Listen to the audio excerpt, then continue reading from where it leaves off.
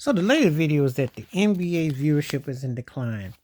Some people are blaming LeBron James because him moving around teams and holding the NBA hostage and the stat padding and all the look at me and bringing his son in and bringing a coach who's a podcaster in and all that. Some are looking at Kevin Durant switching teams and don't like playing in the NBA and crying all the time because this don't work and that don't work and no one respects me and you don't know the game and burner accounts.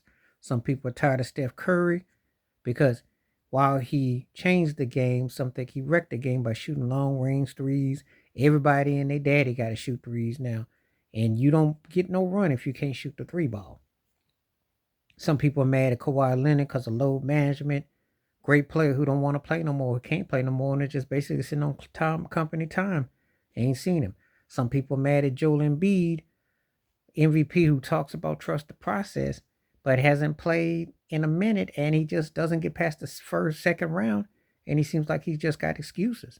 So what is to blame? Well, I'm gonna tell you, all that is to blame. I do think the old guard's got to go, and I think the new guard got to take over. But I also have Adam Silver to blame more than anything.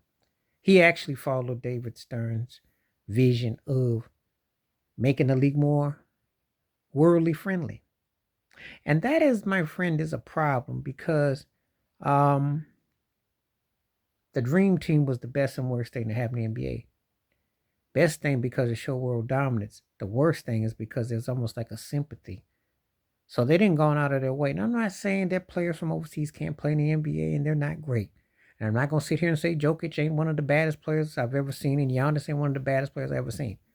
But I will say this, though. And Luka's very talented and good and etc. Embiid, you know.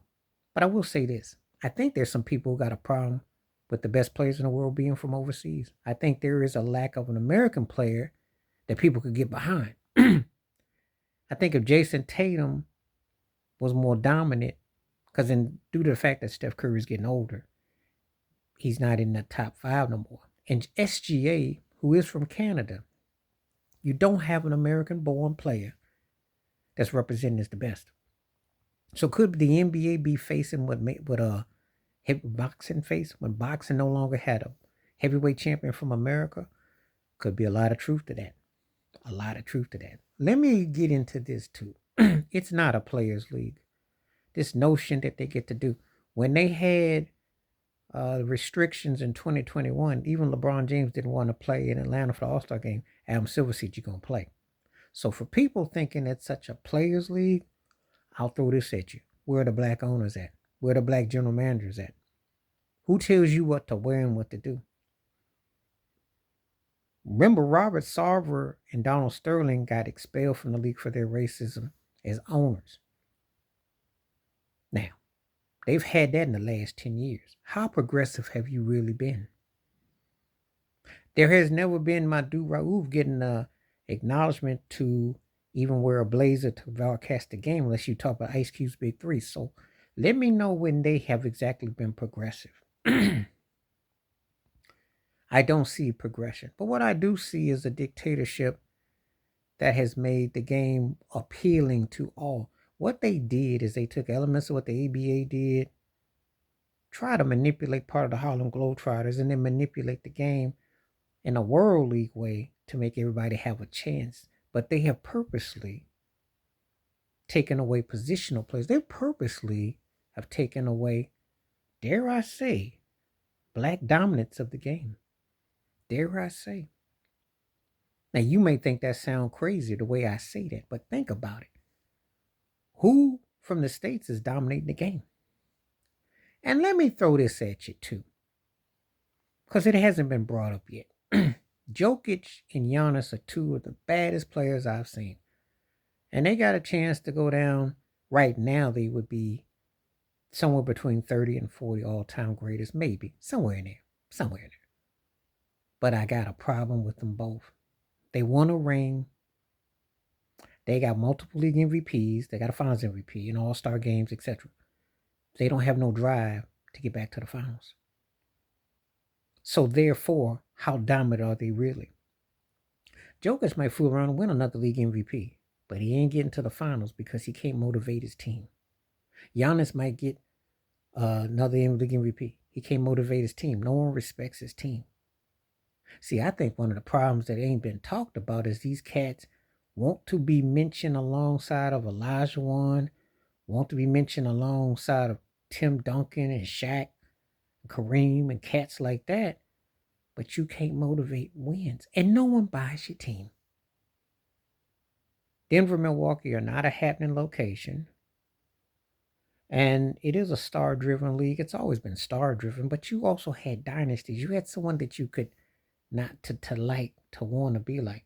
I think that what has ended up happening is that actually taking the game across the pond has actually hurt it because people don't really rock with Jokic and Giannis. They respect their games, but besides from the fact they don't identify, and they don't identify with the teams because they like star power, star names.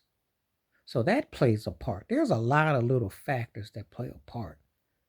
We can always talk about too many threes being shot, too much acting, too much high scoring with bad shooting, turnovers, bad refereeing, technicals, and just a waste of bad replays. But there's really the real problem.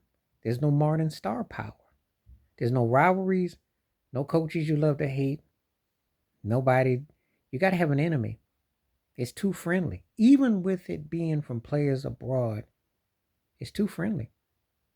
The game is missing villains, and it's missing something that you don't have. Just a rivalry, but the competition, and there's no dynasty. And the parity has hurt the game. So the viewers, you don't care about LA and Boston. You don't care about LA, San Antonio. You have no rivalry. You have nothing to root against. Everybody's kumbaya and friendly and happy. Adam Silver wanted it that way. He wanted a casual fan to give hope. Like, Oprah, you get a car, your team's got hope. Your team can shoot a three. 20-point leads don't mean nothing. And it's just like watching an all-star game. So the game done fell by the wayside. And it's turned into boxing. Remember when boxing lost American heavyweight champions? That's what happened with the NBA. And they're doing it on purpose. And eventually, maybe they'll have to have a world title, a real world title. Please like, subscribe, welcome thoughts, comments, and I do respond. Thank you. Wash your hands. Keep your mind clear. Watch out for another shitter if you like. Hit that membership. Stay safe, stay blessed, stay woke. I'm out one time. Peace.